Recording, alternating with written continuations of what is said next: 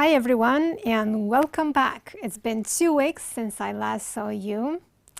I did miss this class. I hope you did too. And here's a warm welcome to my guests too, Sandra and Vladimir. Hi. Hello. Hi. It's been 2 weeks because we had this 1 week break. Did you enjoy your break? Yes, very much. Yeah. It was amazing. I finally got the chance to sleep more. Yeah, so we've recharged our batteries, but we will move on with the same discussion we had 2 weeks ago. And if you remember, I asked you to prepare a short description of what a professional does so that I can guess the job.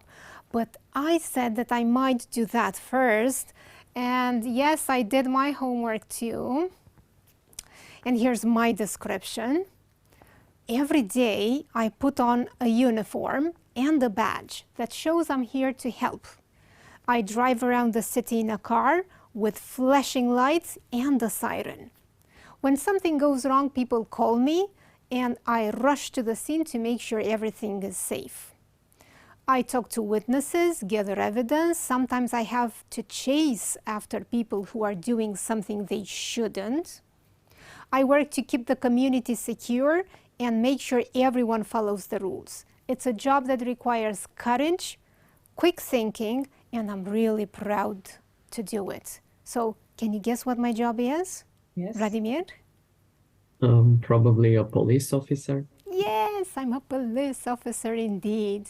Okay, will you please give us your short description? Mine wasn't that short, but I just wanted to make sure that I give you lots of details and guide you to guess easier. So, yeah, Vladimir, please.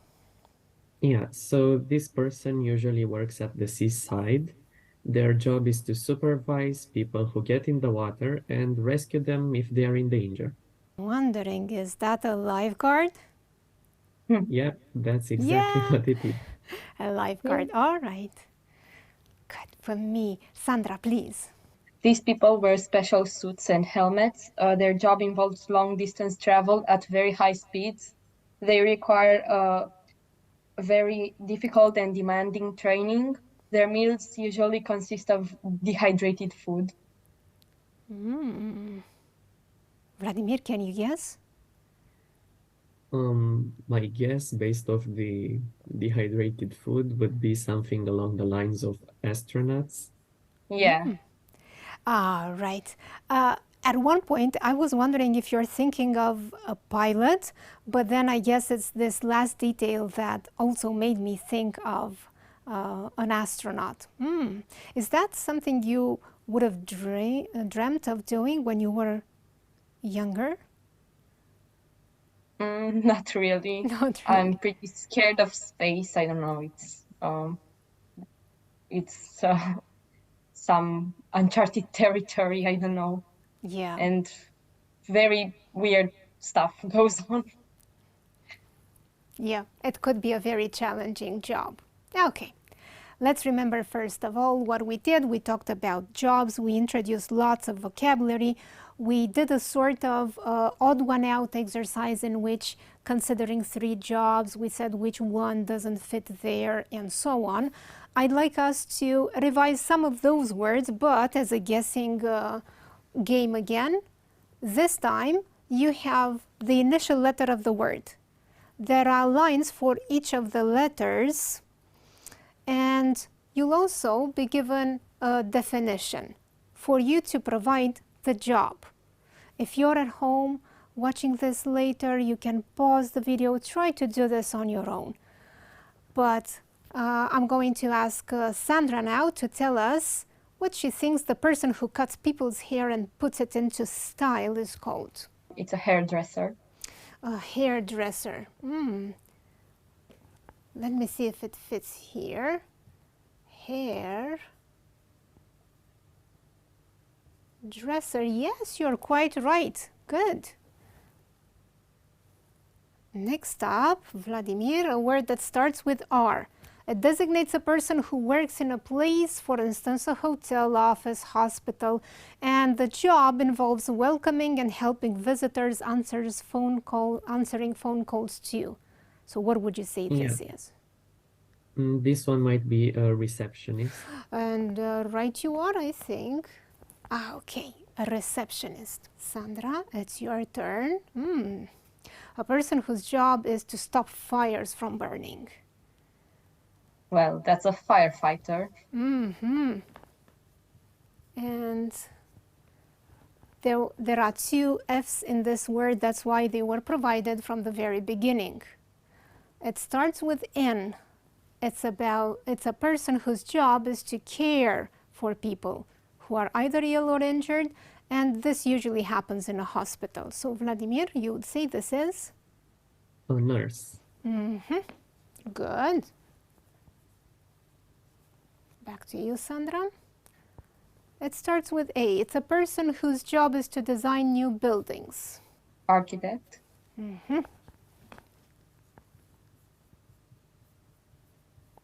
Excellent.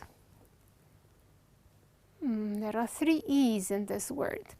It designates a person whose job is to repair, control machines, engines, electrical equipment. So Vladimir? This one might be an engineer. Good.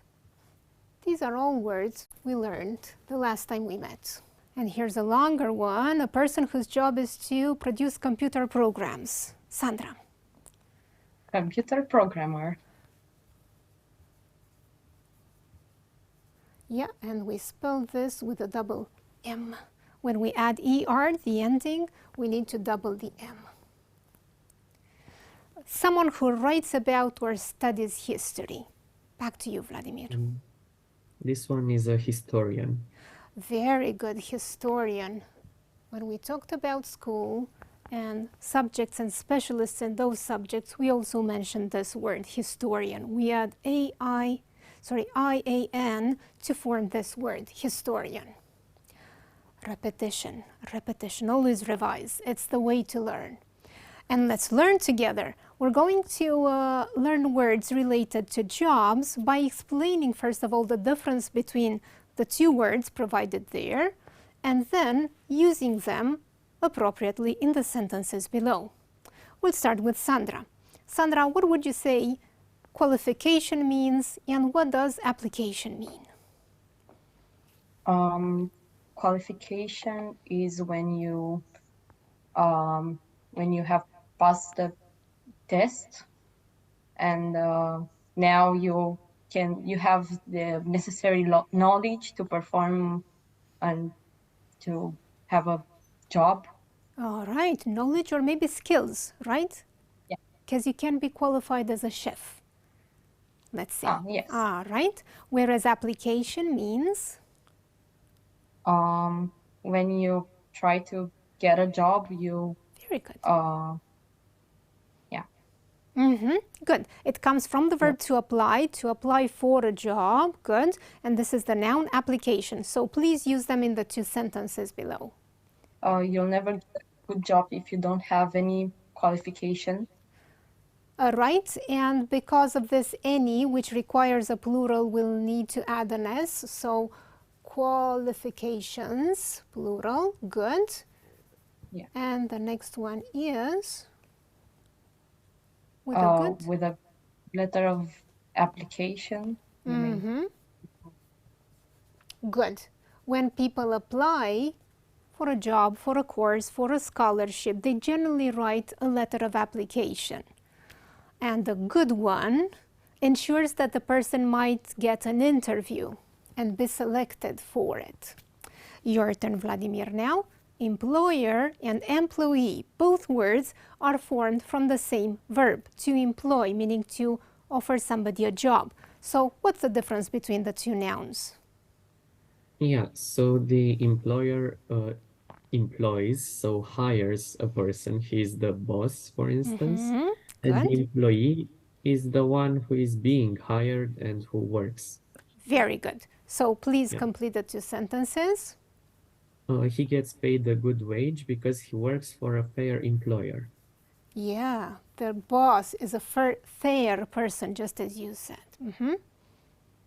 And she's a responsible and hardworking employee. All right. Sandra, it's your turn to explain what part-time versus full-time means and then use them in sentences. Part-time job doesn't take all your time. It's not like a full-time job. It usually involves less than 30 hours a week, I think. Yeah. A full-time job may mean, sorry. Yeah. A full-time job may mean working 8 hours a day, whereas a part-time job could be 4 hours or... There you go. Know. Excellent. Depends on them. Now let's use them in sentences. She went back to work full-time when her youngest children went to school. Good. And she's a mother of 3 and a part-time teacher. We'll move on. And Vladimir, do you happen to know the difference between salary and wages? So I think salary is the payment one gets in a fixed period of time, for instance, a month or a year, and it's usually fixed. And a wage, it means being paid by the hours. So if you work more, you get paid more. If you work less, you get paid less. All right, excellent. So that's why wages is used in the plural. A person gets their wages maybe weekly, maybe every 2 weeks, whereas a salary is what somebody gets once a month, just as you said. So let's use them in sentences. Yeah, your salary will be paid on the 3rd week of each calendar month. And as a worker on a construction site, he gets weekly wages. Excellent. Thank you. And the last one goes to Sandra. What's the difference between the two verbs, to fire someone or to resign? When you get fired, it's not your own choice. Someone dismisses you because, well, there could be a lot of motives. But when you resign, you do this on your own accord. It's your decision to leave your workplace. Yeah, you're right. So let's use them in sentences. He has decided to resign from the company in order to take a more challenging job. And the company director felt he needed to fire one of the employees for stealing. Yeah, you said that there are several reasons why somebody may get fired. This is one of them, okay? Stealing from the office. Thank you. Now we're ready to move on to another exercise in which we'll practice the difference in meaning between the 3 words, job, career, and profession, which may seem synonymous, but they're not exactly the same thing. So let's complete these sentences using one of these words. And in this way, we're going actually to explain what they mean. Vladimir, will you do the first one, please? Yeah, he was an architect by profession. Good. Sandra? Are you looking for job advertisements? Back to you, Vladimir. She's now concentrating on a career as a hairstylist. Very good. Sandra? Their main job or profession? Job. Yes, good. Job, You're right. yeah. Job may mean a task, something that we need to do, not just the employment we have. Very good. So their main job. Vladimir? He left the teaching profession in 1990 to start his own business. Yep. Sandra? Chefs don't learn how to cook in the classroom. They learn on the job. Yes, so while doing the job. Very good, on the job, which is an expression. And the last one goes to you, Vladimir. During his career, the actor played in more than 50 plays. Good. And of course, here are all the answers. if at home you tried watching the video, pausing it and doing it on your own, you did a very good thing. And that's because you took your time to do the exercise on your own.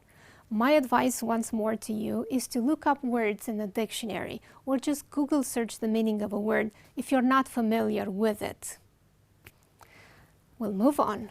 These verbs. They can all be used, as you notice, in combination with the word job. They are arranged here in an alphabetical order, but I'd like us to think of the order in which these events happen. When somebody is out of job, what would be the next step? Please consider the verbs and tell me what a person does first.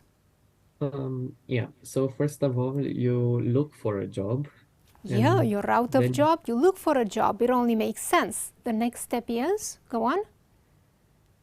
Finding a job. Finding one, yeah, so you probably look for job advertisements, you find one, and then what do? Then you apply for the job. Yeah, and we talked about letters of application earlier. Yep, you apply for the job. It could be just a form you fill in, or maybe you write a letter of application. And if you prove to be the ideal candidate, you might even Get an interview for the job. right, good. And if you make a very good impression on the interview, You get the job. you finally get the job. Very good. So this is the order of the events. I would like us to listen now to somebody talking about their job. Actually, somebody who decided to open their own business, to start up their own business. As you listen, I'd like you to pay attention to what the speaker says. I'm going to leave the text here for the people at home. I think it's a good way of learning pronunciation skills and developing listening skills. By the end of the recording, please tell me whether this person was successful in their business. A few years ago, I decided to start my own business. I had a dream and a lot of determination. At the beginning, things were really tough. I faced challenges like finding customers, managing finances, and dealing with unexpected obstacles. There were times when I felt like giving up because it seemed like success was so far away. I worked a lot, learning from my mistakes and adapting my strategies. Slowly, things started to improve. I began to gain more customers, and the business began to grow. I surrounded myself with a dedicated team that believed in the vision I had. After a while, all the hard work paid off. The business became successful, and we started seeing profits. It was a moment of triumph and satisfaction, knowing that I had turned my dream into a reality through sheer determination and perseverance. Looking back, I'm proud of how far I've come, and I'm grateful for the lessons that the journey taught me. All right. Now I'd like you to take a closer look at this text that we also listened to. And please find a verb which describes an event in the past. Vladimir, can you give me an example? Yeah, so a verb which describes an event in the past would be decided. I decided. Decided. So an event in the past, I decided. Indeed, good. Sandra, can you add some more examples? I felt like giving up. Very good. Felt like giving up. There were others before as well. For instance, I had a dream. Things were really tough. I faced challenges. The text actually abounds in past simple verb forms that express an event in the past. Now let's take a look, a closer one, and find one verb form which describes an action that happened before another action in the past. Sandra, can you please help me? I had turned my dream into a reality. Excellent. So, had turned. Had turned. Excellent. Thank you. And with this, I'm going to remind you those situations in which we use the past simple. So we use this past simple form with time expressions like yesterday, last week, a year ago, when I was a child, expressions that clearly anchor the event in the past. Here's an example. I met my friends last night in town. If you remember, we talked about the past simple, I guess 2 weeks ago, 2 or 3 weeks ago, when we introduced this as a way of expressing habits in the past. When he was younger, he stayed up all night to work if necessary. But of course, when we tell a story, just like the speaker we listened to earlier did, we use the past simple to describe a succession of events in the past. He got up, rushed out of the room, and slammed the door behind him. Here's the past perfect. Just as you noticed, we formed the past perfect simple by using had for all persons and then the past participle of the main verb. This is a regular verb followed by ed, or if it's an irregular verb, it's going to be the third form. So the second one is the past simple, the third one is the past participle. When do we use the past perfect? Whenever we want to show that an action happened before another action in the past. So we just stress the order of events.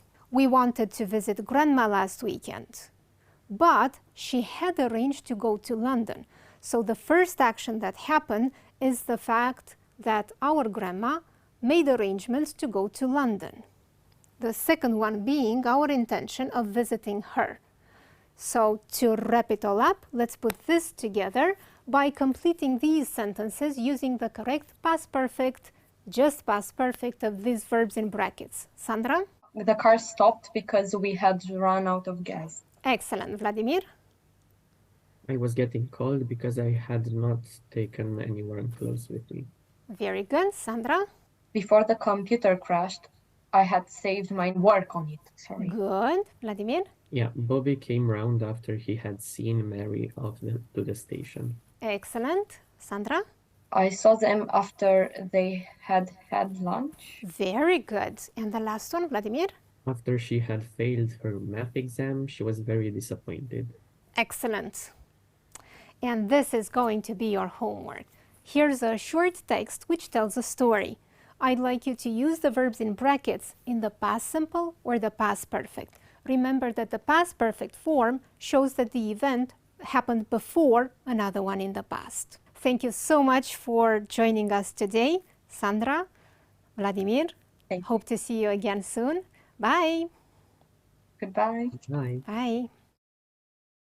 So yes, you do have a bit of homework now, but you'll be able to do that when you watch the video again, pause it, do everything at your own pace.